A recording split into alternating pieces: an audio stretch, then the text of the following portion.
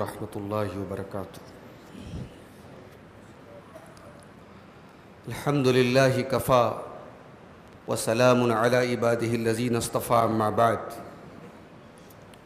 محترم حضرات، آج کے درس میں ایک دعا اللہ کے نبی صلی اللہ علیہ وسلم کی ہم سیکھنے جا رہے ہیں۔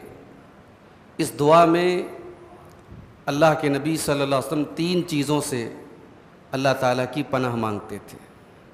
یہ ترمذی کے اندر اور اسی طریقے سے طبرانی الادب المفرد وغیرہ کے اندر صحیح سند سے یہ دعا ثابت ہے۔ دعا کے الفاظ یہ ہیں: اللہم انی اعوذ بک من منکرات الاخلاق والاعمال والاہواء۔ اے اللہ، میں تیری پناہ چاہتا ہوں برے اخلاق سے، بری خواہشات سے اور برے اعمال سے۔ اور بعض روایات میں اس میں ایک لفظ کا اور اضافہ ہے، والادواء۔ اللہم انی اعوذ بک من منکرات الاخلاق والاعمال والاہواء والادواء۔ اور اے اللہ، میں تیری پناہ چاہتا ہوں بری بیماریوں سے۔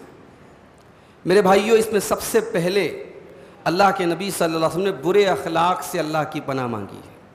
آج افسوس کی بات یہ ہے کہ معاشرے کے ایک بڑے طبقے نے دینداری اس کو سمجھا ہے کہ بھائی انسان عبادات کا پابند ہو۔ یقیناً عبادات کی پابندی بہت ضروری ہے دینداری کے لیے، مگر دینداری کا بڑا گہرا تعلق ہمارے اخلاق سے بھی ہے۔ آپ کا لوگوں کے ساتھ سلوک کیسا ہے، آپ کا لوگوں کے ساتھ اخلاق کیسا ہے۔ کہیں ایسا تو نہیں کہ تکبر ہے آپ کے اندر، کہیں ایسا تو نہیں حسد ہے آپ کے اندر، کہیں ایسا تو نہیں کہ حرص ہے آپ کے اندر۔ یہ تمام چیزیں، ان کا تعلق ہمارے اخلاق سے ہے۔ اور ہم جانتے ہیں ہمارے پیارے نبی صلی اللہ علیہ وسلم کی جو خصوصیت تھی، آپ کے اخلاق بہت اعلیٰ تھے۔ آپ کے اخلاق کی تعریف اللہ نے قرآن میں کی کہ وَإِنَّكَ لَعَلَىٰ خُلُقٍ عَظِيمٍ، کہ اے نبی آپ کا اخلاق بہت اونچا ہے۔ اور اللہ کے نبی صلی اللہ علیہ وسلم فرماتے ہیں کہ قیامت کے دن بندوں کے نام اعمال میں سب سے وزندار چیز، سب سے بھاری چیز کیا ہوگی؟ آپ نے فرمایا من حسن الخلق، انسان کے بہترین اخلاق ہوں گے۔ تو سب سے پہلی پناہ کس چیز سے مانگی آپ نے؟ برے اخلاق سے اللہ کی پناہ چاہتا ہوں۔ دوسری چیز والاعمال، میں برے عمل سے اللہ کی پناہ چاہتا ہوں۔ برے عمل میں قتل بھی آ گیا، شرک بھی آ گیا، زنا بھی آ گیا، کسی کا حق مارنا بھی آ گیا، کسی کو تکلیف پہنچانا بھی آ گیا، تمام برے اعمال آ گئے۔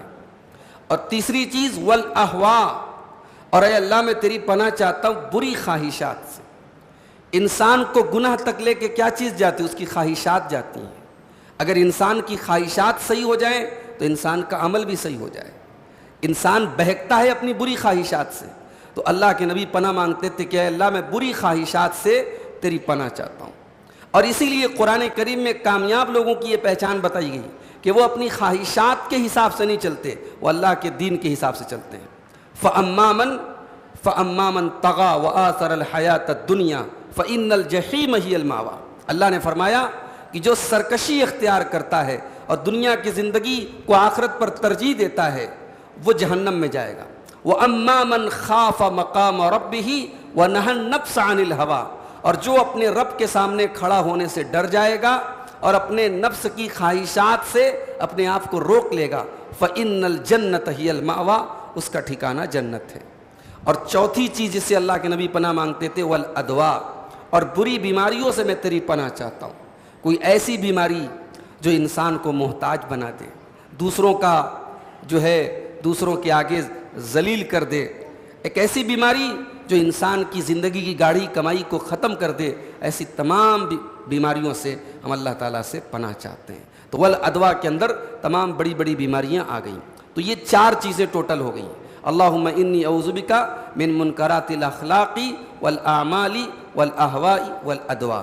تو یہ بڑی پیاری دعا ہے، اور ان 4 چیزوں سے اللہ کے نبی پناہ مانگتے تھے۔ ہمیں اور آپ کو بھی ان 4 چیزوں سے بچنے کی ضرورت ہے، لہٰذا اس دعا کو یاد رکھیں اور اپنی زندگی کے معمول میں اس دعا کو شامل کریں۔ اللہ سے دعا ہے رب العالمین ان 4 چیزوں سے ہم سب کو بھی محفوظ رکھے، ہمارے اخلاق، ہمارے اعمال، ہماری خواہشات، کو اللہ تعالیٰ بہتر بنا دے اور تمام قسم کی بیماریوں سے اللہ تعالیٰ ہم سب کی حفاظت فرمائے.